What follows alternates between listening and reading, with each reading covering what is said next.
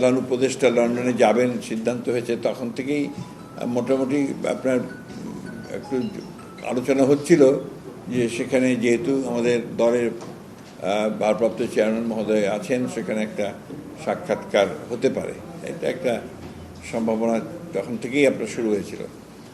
এটা আপনার এখন ম্যাচিওর হয়েছে, ওনাকে ফর্মালি দাওয়াত করা হয়েছে মিটিংয়ের জন্য। এটা আপনার 13 তারিখে 9টা থেকে 11টা পর্যন্ত লন্ডন টাইমে এই সময়টা দেওয়া হয়েছে আর কি। তো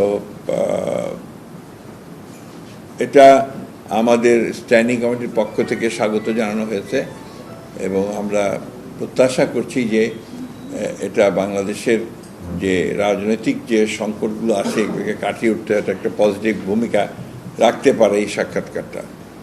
একই সঙ্গে আমি ব্যক্তিগতভাবে মনে করি যে সাম্প্রতিককালের রাজনৈতিক যে প্রেক্ষাপট, যে অবস্থান, এটা একটা বড় ইভেন্ট, এটা একটা টার্নিং পয়েন্ট হতে পারে আপনার কি, যদি সব কিছু সঠিকভাবে চলে